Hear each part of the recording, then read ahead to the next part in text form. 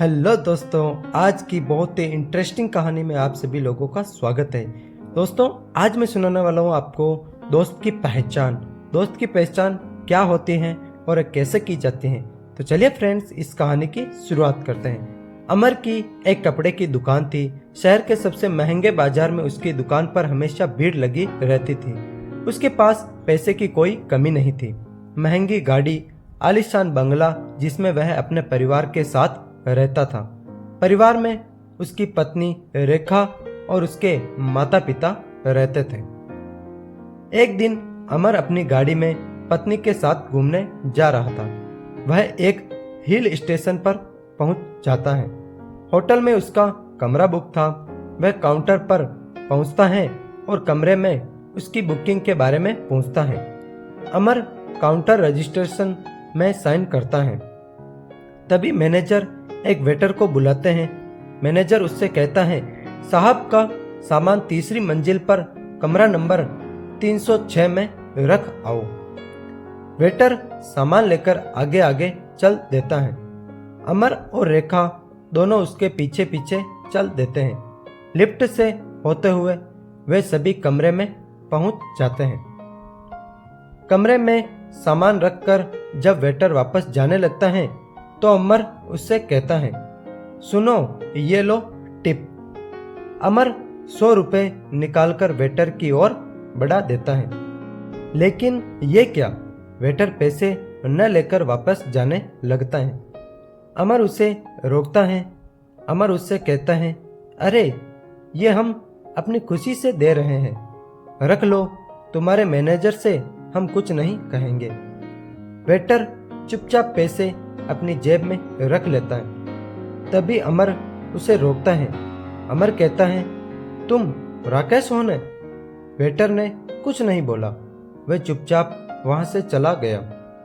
तभी रेखा अमर के पास आई और बोली, क्या बात है, आप कुछ परेशान लग रहे हो और वेटर से क्या बात कर रहे थे? अमर ने कहा, रेखा, यह मेरे बचपन का दोस्त था, लेकिन अब मुझे पहचान नहीं रहा है। मैंने तो इसे पहचान लिया है। तुम यहीं रुको, मैं अभी इसके बारे में पता करके आता हूँ। अमर नीचे काउंटर पर पहुंचकर राकेश के बारे में पता करता है तो उसे पता लगता है कि वह तो अभी ड्यूटी खत्म करके घर चला गया है, कल सुबह आएगा। राकेश ने दूसरे वेटरों से उसके घर के बारे में पूछा, लेकिन किसी को उसका घर मालूम नहीं था। अमर अपने कमरे में वापस आ जाता है। रेखा उससे पूछती है तो अमर कहता है, रेखा, हम दोनों बचपन के दोस्त हैं।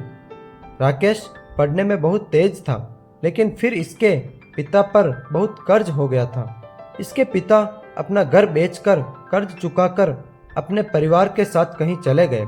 राकेश ने मेरी बहुत मदद की है। अगर वह नहीं होता तो मैं यहाँ तक नहीं पहुँच पाता।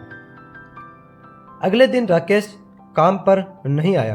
राकेश के घर का पता भी नहीं लग पा रहा था। अमर और रेखा घूमने निकले, लेकिन अमर का मन किसी चीज में नहीं लग रहा था। वह हर समय राकेश के बारे में सोच रहा था। अगले दिन उनका होटल में आखिरी दिन था। होटल छोड़कर अमर ने सामने की दूसरे होटल में कमरा ले लिया था। रेखा के पूछने पर उसने बताया, रेखा, राकेश अपनी गरीबी के कारण मुझसे नहीं मिलना चाह रहा है, इसलिए ही मैंने होटल बदल लिया है। उसे पता होगा कि हम होटल कब छोड़ने वाले हैं। सामने होटल में बालकोनी से अमर पहले वाले होटल में नजर रखकर देख रहा था। चौथे दिन राकेश काम पर आया। अमर ने उसे देखा और वह तुरंत होटल में पहुंच गया। वहां जाकर उसने राकेश को रोका और पूछा, भाई, मुझसे ऐसी क्या गलती हो गई है जो तुम मुझसे बचकर भाग रहे हो? अचानक अमर को अपने सामने देखकर राकेश शक पका गया। फिर वह संभल कर बोला, ऐसी बात नहीं है भाई, तुम कहाँ और मैं कहाँ हूँ? अब तुम्हारा मेरा कहाँ मेल है? अमर ने कहा, मुझे कुछ नहीं पता, मुझे अपने घर लेकर चल।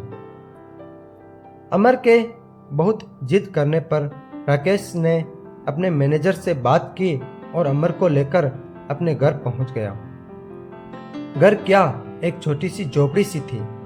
उसमें उसकी मम्मी और उसका पत्नी थी जो कि फटे हुए कपड़े पहनी थी। पास ही में एक बच्चा खेल रहा था।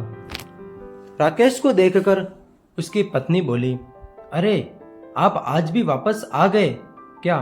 वो आपके दो अभी वहीं हैं जिनसे आप बचने की कोशिश कर रहे थे। अमर पीछे ही खड़ा था। वह बोला, भाभी जी, मैंने ही वो दोस्त हूं जिसने यह बच रहा था। क्या मैं इतना घटिया इंसान हूं? क्यों माँ जी अपने भोला बेटे को भूल गई? राकेश की बूढ़ी माँ ने चश्मा लगाकर ध्यान से देखा तो उनकी आंखों से आंसू निकल आए। अरे बेटा, मैं और राकेश तुझे हमेशा याद करते हैं। कभी कभी अखबार में तेरी दुकान का इश्तिहार छपता है, इसमें तेरी फोटो देखकर ये तुझे बहुत याद करता है। अमर ने कहा, अरे तुम लोग इतनी परेशानी में हो क्यों भाई? तू मुझसे मिलने क्यों नहीं आया? राकेश ने अपने आंसू पोंछते हुए कहा, भाई मुझे लगा तू मुझ गरीब को पहचानेगा या नहीं। वहां कहीं तूने मेरी बेइज्जती कर दी तो मेरा जीना मुश्किल हो जाएगा। तभी राकेश की पत्नी बोली, भैया इनकी कोई गलती नहीं है, आप ही देख लो हम किस हाल में हैं। ऐसे में तो अपने भी मुंह मोड़ जाते हैं। इन्हें इसी बात का डर था। खैर आप बैठो, मैं आपके लिए चाय बनाती हूँ। अमर बोला, चल अपना सामान बांध ले, मेरे साथ चल, दोनों भाई मिलकर दुकान चलाएंगे। मेरी 3 दुकानें हैं जो मुझसे नहीं संभल रही हैं। राकेश ने कहा, नहीं भाई मैं ठीक हूँ, तुझे मैं आज भी याद हूँ, यही बहुत है। अमर ने उसे डांटते हुए कहा, तेरा तो मुझ पता नहीं, लेकिन अपनी माँ और भाभी को मैं इस हाल में नहीं देख सकता हूँ। मैं इन्हें ले जा रहा हूँ, मेरा मन हो तो आ जाना। राकेश मना करता रहा लेकिन अमर नहीं माना। वह बोला, जानता है तुझे बचपन में मेरी कितनी मदद की है। मैं कितना गरीब था, मेरे पास किताबें खरीदने के भी पैसे नहीं होते थे। तूने मुझे अपनी किताबें दी और स्कूल में इस बार पर तेरी कितनी पिटाई होती थी। आज मैं जो कुछ भी हूँ तेरी वजह से हूँ। वैसे बाबूजी कहाँ हैं? राकेश बोला, भाई वो तो गांव छोड़ के 6 महीने बाद ही खत्म हो गए। उन्हें लग रहा था उनकी वजह से उनका परिवार मुसीबत में है, तब से वह हम ऐसे ही गुजर बसर कर रहे हैं। अमर उन्हें सामान बांधने का बोलकर वापस होटल आया और रेखा को सारी बात बताई। रेखा बहुत खुश हुई, उसका पति अपने दोस्त की मदद कर रहा है। दोनों ने जाकर राकेश का सारा सामान ट्रक में चढ़वाया और उन्हें अपने घर ले आए। वहां दोनों भाइयों की तरह रहने लगे। राकेश अब धीरे धीरे काम सीखने लगा। अमर ने एक दुकान की पूरी जिम्मेदारी राकेश को सौंप दी थी। इस तरह एक दोस्त ने अपने दोस्त का कर्ज चुकाया। तो फ्रेंड्स, ये वीडियो बहुत ही इमोशनल थी। मेरी आंखों में तो आंसू आ गए। फ्रेंड्स, ये वीडियो आपको कैसा लगा? प्लीज़ अगर अच्छा लगा हो तो लाइक, कमेंट, शेयर करने के साथ साथ इस चैनल को सब्सक्राइब करना बिल्कुल भी ना भूले, ताकि इसी प्रकार की और भी नई और इंटरेस्टिंग वीडियो आप सभी लोगों के साथ में लेकर आता रहूँगा। तो मिलता है नेक्स्ट वीडियो में, तब तक के लिए जय हिंद।